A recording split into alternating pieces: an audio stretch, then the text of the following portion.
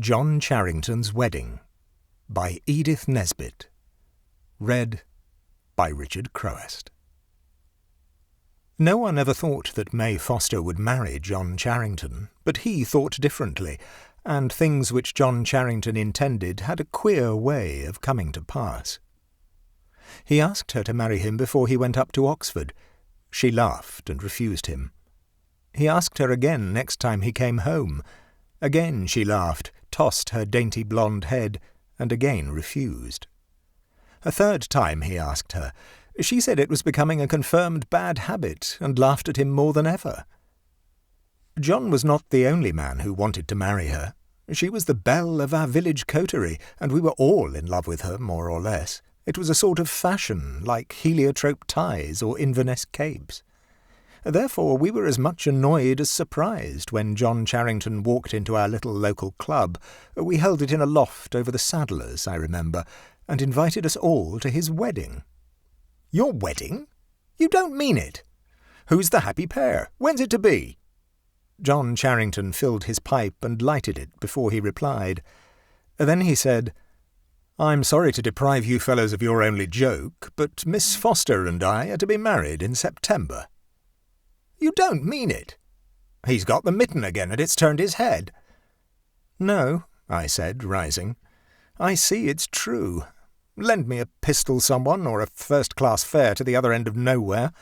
Charrington has bewitched the only pretty girl in our 20-mile radius.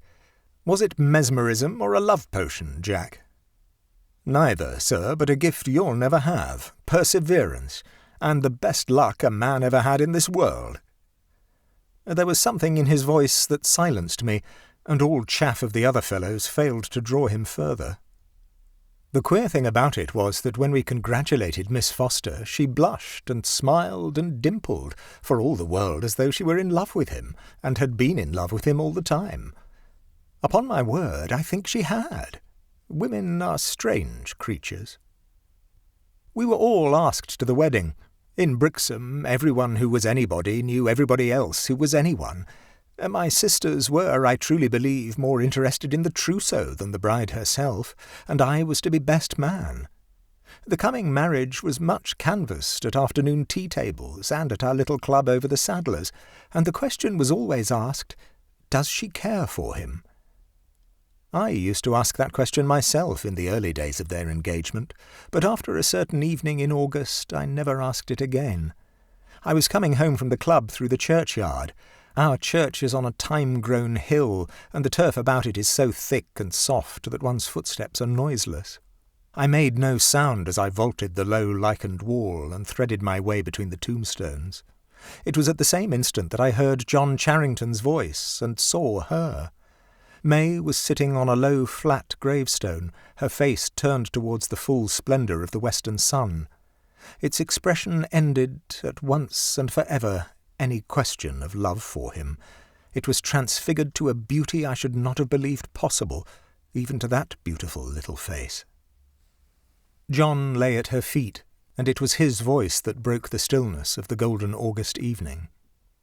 My dear, I believe I should come back from the dead if you wanted me." I coughed at once to indicate my presence, and passed on into the shadow fully enlightened. The wedding was to be early in September. 2 days before I had to run up to town on business. The train was late, of course, for we are on the South Eastern, and as I stood grumbling with my watch in my hand, whom should I see but John Charrington and May Foster? They were walking up and down the unfrequented end of the platform, arm in arm, looking into each other's eyes, careless of the sympathetic interest of the porters. Of course, I knew better than to hesitate a moment before burying myself in the booking office, and it was not till the train drew up at the platform that I obtrusively passed the pair with my Gladstone and took the corner in a first-class smoking carriage. I did this with as good an air of not seeing them as I could assume. I pride myself on my discretion, but if John were travelling alone, I wanted his company. I had it. "Hullo, old man," came his cheery voice as he swung his bag into my carriage. "Here's luck. I was expecting a dull journey." "Where are you off to?" I asked, discretion still bidding me turn my eyes away, though I saw without looking that hers were red-rimmed. "To old Branbridge's," he answered, shutting the door and leaning out for a last word with his sweetheart. "Oh, I wish you wouldn't go, John," she was saying in a low, earnest voice. "I feel certain something will happen." "Do you think I should let anything happen to keep me, and the day after tomorrow, our wedding day?" "Don't go," she answered, with a pleading intensity which would have sent my Gladstone onto the platform and me after it. But she wasn't speaking to me. John Charrington was made differently. He rarely changed his opinions, never his resolutions. He only stroked the little ungloved hands that lay on the carriage door. "I must, May. The old boy's been awfully good to me, and now he's dying I must go and see him, but I shall come home in time for—" The rest of the parting was lost in a whisper and in the rattling lurch of the starting train. "You're sure to come?" she spoke as the train moved. "Nothing shall keep me," he answered, and we steamed out. After he had seen the last of the little figure on the platform, he leaned back in his corner and kept silence for a minute. When he spoke, it was to explain that his godfather, whose heir he was, lay dying at Peasmarsh Place, some 50 miles away, and had sent for John, and John had felt bound to go. "I shall be surely back tomorrow," he said, "or if not, the day after, in heaps of time. Thank heaven, one hasn't got to get up in the middle of the night to get married nowadays." "And suppose Mr. Branbridge dies?" "Alive or dead, I mean to be married on Thursday," John answered, lighting a cigar and unfolding the Times. At Peasmarsh station we said good-bye, and he got out, and I saw him ride off. I went on to London, where I stayed the night. When I got home the next afternoon, a very wet one, by the way, my sister greeted me with, "Where's Mr. Charrington?" "Goodness knows," I answered testily. Every man since Cain has resented that kind of question. "I thought you might have heard from him," she went on, "as you're to give him away tomorrow." "Isn't he back?" I asked, for I had confidently expected to find him at home. "No, Geoffrey." My sister Fanny always had a way of jumping to conclusions, especially such conclusions as were least favourable to her fellow creatures. "He has not returned, and what is more, you may depend on it, he won't. You mark my words, there'll be no wedding tomorrow." My sister Fanny has a power of annoying me which no other human being possesses. "You mark my words," I retorted with asperity. "You had better give up making such a thundering idiot of yourself. There'll be more wedding tomorrow than you'll ever take the first part in." A prophecy which, by the way, came true. But though I could snarl confidently to my sister, I did not feel so comfortable when, late that night, I, standing on the doorstep of John's house, heard that he had not returned. I went home gloomily through the rain. Next morning brought a brilliant blue sky, gold sun, and all such softness of air and beauty of cloud as go to make up a perfect day. I woke with a vague feeling of having gone to bed anxious, and of being rather averse to facing that anxiety in the light of full wakefulness.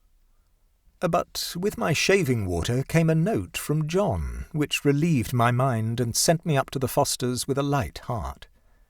May was in the garden. I saw her blue gown through the hollyhocks as the lodge gates swung to behind me. So I did not go up to the house, but turned aside down the turfed path. "He's written to you too," she said without preliminary greeting when I reached her side. "Yes, I'm to meet him at the station at 3 and come straight on to the church." Her face looked pale, but there was a brightness in her eyes and a tender quiver about the mouth that spoke of renewed happiness. "Mr. Branbridge begged him so to stay another night that he had not the heart to refuse," she went on. "He is so kind, but I wish he hadn't stayed." I was at the station at 2:30. I felt rather annoyed with John. It seemed a sort of slight to the beautiful girl who loved him that he should come, as it were, out of breath, and with the dust of travel upon him, to take her hand, which some of us would have given the best years of our lives to take. But when the 3 o'clock train glided in and glided out again, having brought no passengers to our little station, I was more than annoyed. There was no other train for 35 minutes. I calculated that, with much hurry, we might just get to the church in time for the ceremony. But, oh, what a fool to miss that first train! What other man could have done it? That 35 minutes seemed a year as I wandered round the station, reading the advertisements and the timetables and the company's bylaws, and getting more and more angry with John Charrington. This confidence in his own power of getting everything he wanted the minute he wanted it was leading him too far. I hate waiting. Everyone does, but I believe I hate it more than anyone else. The 3:35 was late, of course. I ground my pipe between my teeth and stamped with impatience as I watched the signals. Click. The signal went down. 5 minutes later I flung myself into the carriage that I had brought for John. "Drive to the church," I said as someone shut the door. "Mr. Charrington hasn't come by this train." Anxiety now replaced anger. What had become of the man? Could he have been taken suddenly ill? I had never known him have a day's illness in his life, and even so he might have telegraphed. Some awful accident must have happened to him. The thought that he had played her false never, no, not for a moment, entered my head. Yes, some terrible thing had happened to him, and on me lay the task of telling his bride. I almost wished the carriage would upset and break my head so that someone else might tell her, not I, who... But that's nothing to do with this story. It was 5 minutes to 4 as we drew up at the churchyard gate. A double row of eager onlookers lined the path from Lichgate to Porch. I sprang from the carriage and passed up between them. Our gardener had a good front place near the door. I stopped. "Are they waiting still, Byles?" I asked, simply to gain time, for of course I knew they were by the waiting crowd's attentive attitude. "Waiting, sir? No, sir. Why, it must be over by now." "Over? Then Mr. Charrington's come?" "To the minute, sir. Must have missed you somehow, and I say, sir," lowering his voice, "I never see Mr. John the least bit so afore, but my opinion he's been drinking pretty free. His clothes was all dusty and his face like a sheet. I tell you I didn't like the looks of him at all, and the folks inside are saying all sorts of things. You'll see something's gone very wrong with Mr. John, and he's tried liquor. He looked like a ghost, and in he went with his eyes straight before him, and never a look or a word for none of us. Him that was always such a gentleman." I had never heard Byles make so long a speech. The crowd in the churchyard were talking in whispers and getting ready rice and slippers to throw at the bride and bridegroom. The ringers were ready with their hands on the ropes to ring out the merry peal as the bride and bridegroom should come out. A murmur from the church announced them. Out they came. Byles was right.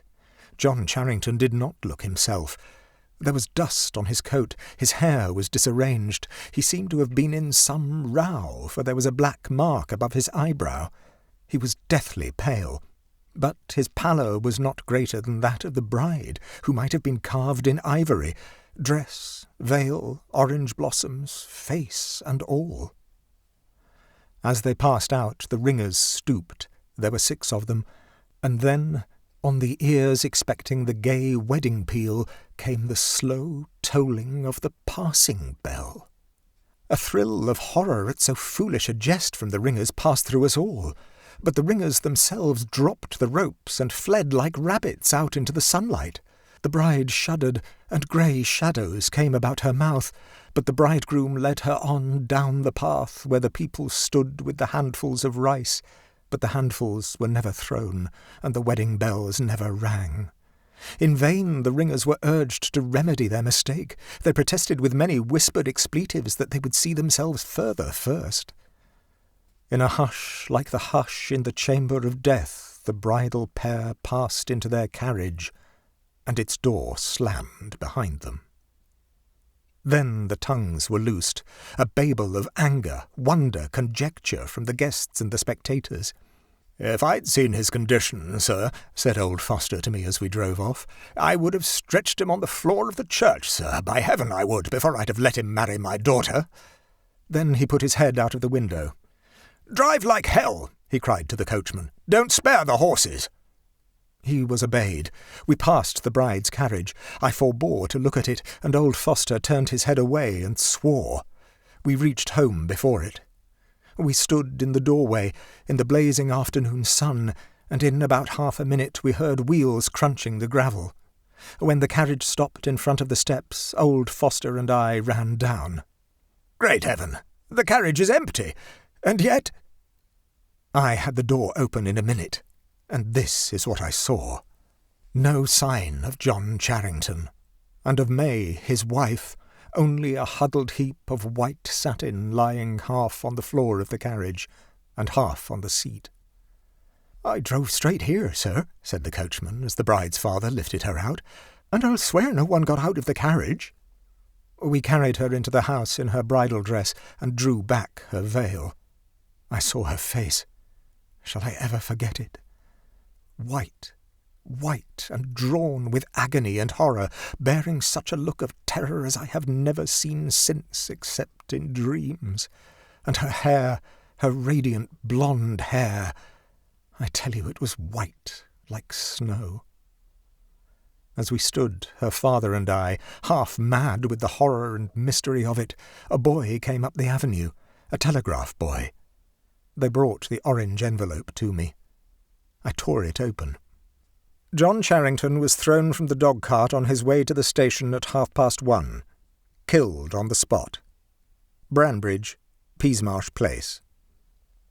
And he was married to May Foster in our parish church at 3:30, in presence of half the parish. I shall be married, dead or alive. What had passed in that carriage on the homeward drive? No one knows. No one will ever know. Oh, May! Oh, my dear! Before a week was over, they laid her beside her husband in our little churchyard on the thyme-covered hill, the churchyard where they had kept their love trysts. Thus was accomplished John Charrington's wedding.